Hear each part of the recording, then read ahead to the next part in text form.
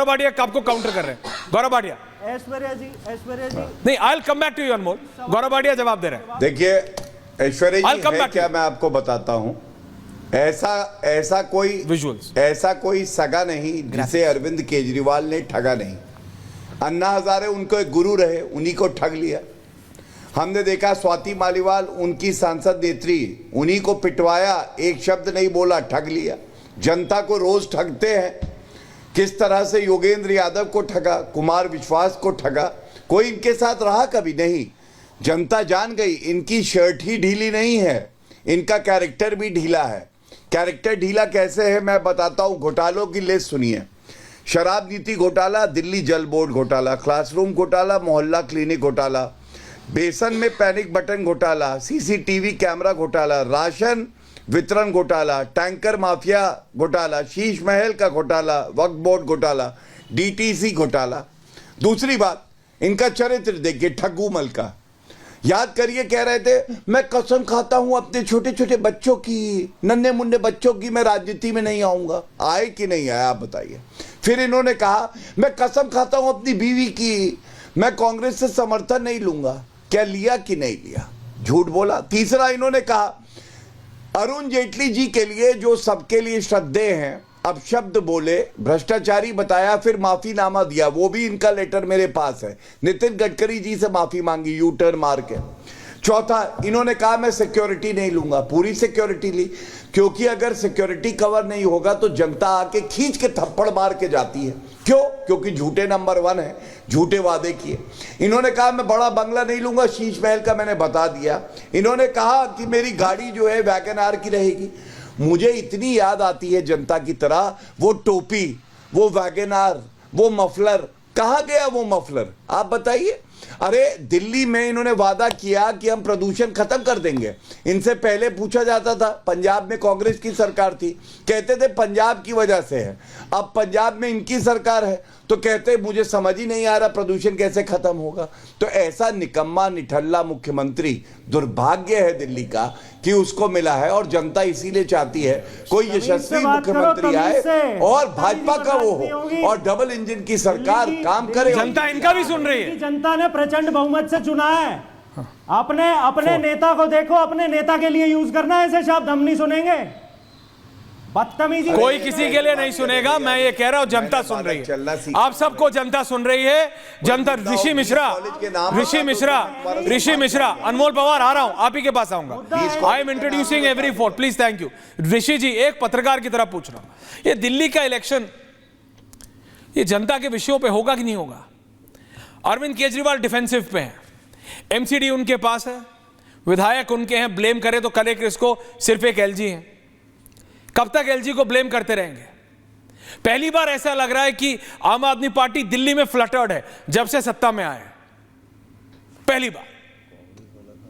ऋषि देखिए सूर्य भाई, आम आदमी पार्टी के प्रवक्ता तमाम तर्क रख दें, लेकिन उनको ये कहना होगा कि देखिए ऐसी स्थिति क्यों बनी कि आपके पार्टी के जो नंबर 2 हैं मनीष सिसोदिया, उनका सीट बदलना पड़ा।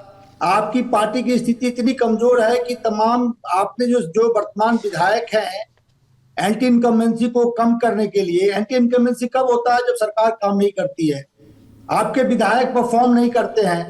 तो एंटी इनकम्बेंसी इतना था कि आपने अपने कई दर्जन विधायकों का टिकट बदल दिया। आप ये कह रहे थे कि हम कांग्रेस और बीजेपी भ्रष्ट पार्टी है, तो आपने कई कांग्रेस बीजेपी के नेताओं को अपने पार्टी में लाया और आपने उनको टिकट दिया।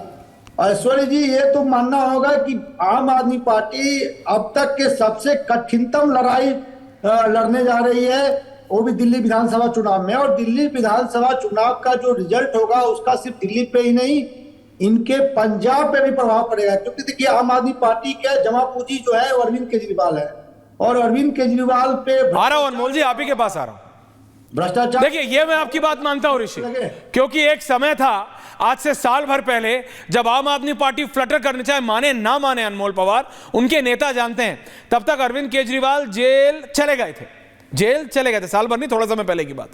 अचानक फ्लटरिंग हुई कि इनके 20-22 पंजाब के एमएलए कहां हैं, 20-22 पंजाब के एमएलए हैं कहां, इनकम्युनिकाडो हो गए। कम्युनिकेशन नहीं हो रहा था इनके नेताओं से, जो इनके नेता बाहर बचे थे, ये एक रियलिटी है। तो पंजाब का यूनिट दिल्ली से चलता है, ये एब्सोल्युटली पता है। ये एक ऐसी पार्टी है जो सिंगल मैन है, वो सोचते हैं, मनीष सिसोदिया इंप्लीमेंट करते हैं। जब दोनों जेल में थे तो समझ नहीं आ रहा था किसी को कि करें क्या, ये रियलिटी है। लेकिन क्या अनमोल पवार, एमसीडी और आपके पास होना फायदे की जगह नुकसान हो गया है क्या? और आप तो कम से कम बात करो दिल्ली के जनता की। अनमोल। ऐश्वर्या जी दरअसल सच्चाई ये है क्या है कि सर? भारतीय जनता पार्टी इतनी ज्यादा बौखलाई हुई है कि लोगों को ये नहीं बता रहे कि जो मोदी जी आए थे 2020 में कह के गए थे जी मैं 10 नए स्कूल 10 नए कॉलेज 200 नए स्कूल बनाऊंगा, उस पे कुछ नहीं कहा। इन्होंने ये नहीं बताया कि 10 लाख नौकरी देने वाले थे, उस पे चुप हैं। इन्होंने कहा था ये सभी लोगों को 2022 तक पक्का मकान देंगे, केवल 4700 मकान दे पाए हैं, उस पे चुप हैं। पूर्वांचलियों की कमर में छुरा घोंपने का काम किया इन्होंने। 40 लाख पूर्वांचली हमारे भाई जो यहाँ रहते हैं, उन्हें कहा था कि तुम्हें लैंड एंड ओनरशिप राइट मिलेगा। आज कितनों को मिला? केवल 25,000 को। इन्होंने कहा था कि भाई हम लॉ एंड ऑर्डर, केवल एक जिम्मेदारी दी थी दिल्ली की जनता ने इन्हें, देखिए लॉ एंड ऑर्डर का हाल। ये अमित शाह जी का घर है 3 किलोमीटर के रेडियस में, यहां रेप है, यहां मर्डर है, यहां मोलेस्टेशन है, यहां फायरिंग है, यहां एक्सटॉर्शन है। दिल्ली का ऐसा हाल कर दिया। आज अगर महिलाएं घर से बाहर निकलती हैं तो उनके माँ बाप डरते हैं कि शाम को सुरक्षित घर पहुंचेगी नहीं पहुंचेगी। बच्चे घर से बाहर निकलते हैं तो ये भरोसा नहीं होता रात को सुरक्षित घर आएंगे नहीं आएंगे। आज और देखिए कितनी गंदगी तक उतर आए इनके नेता। रमेश भिदोड़ी जी ने आज एक चुनी हुई प्रचंड बहुमत से मुख्यमंत्री को ये उनके पिताजी के बारे में अपशब्द कहे, पूरे देश ने सुना। इतनी गंदगी राजनीति में आज तक भारतीय जनता पार्टी ने दिल्ली में मेरे ख्याल से नहीं फैलाई होगी जितने स्तर पे आज वो गिर चुके। और दिल्ली की जनता बिल्कुल इसे देख रही है और चुनाव में जरूर देगी, क्योंकि इनके पास काम के बूते पे वोट मांगने के लिए कुछ नहीं है, कुछ नहीं, केवल गाली दे सकते हैं पूर्वांचलियों को। जनता को डिसाइड करने दीजिए। जतेंद्र भाटिया जी एंडिंग कमेंट। जतेंद्र भाटिया जी। ओके पवार साहब ओके। जतेंद्र भाटिया जी एंडिंग कमेंट्स। रतेंद्र जी। सर ये जो आम आदमी पार्टी के प्रवक्ता जो बोल रहे हैं ना, ये शुरू से झूठ बोलना तो इनकी काबिलियत है। इतना नहीं, अगर इतना ही झूठ नहीं, लेकिन भाटिया जी अगर इतना ही झूठ बोल रहे होते तो फिर 2 बार दिल्ली की जनता जिताती क्यों? मैं 2 बार दिल्ली की जनता ने जिताया। पहली बार कुछ तो होगा ना, जनता ने इन पे विश्वास किया। दोबारा और दूसरी बार, लेकिन दूसरी बार फिर इन्होंने वही झूठ किया, कोई काम नहीं किया। और अब तो ये मानते हैं भाई साहब, अब तो केजरीवाल साहब बोल चुके कि हाँ जी मैंने जमुना साफ नहीं करी, मैंने ये नहीं करा, वो बोल चुके, वो एक्सेप्ट कर चुके।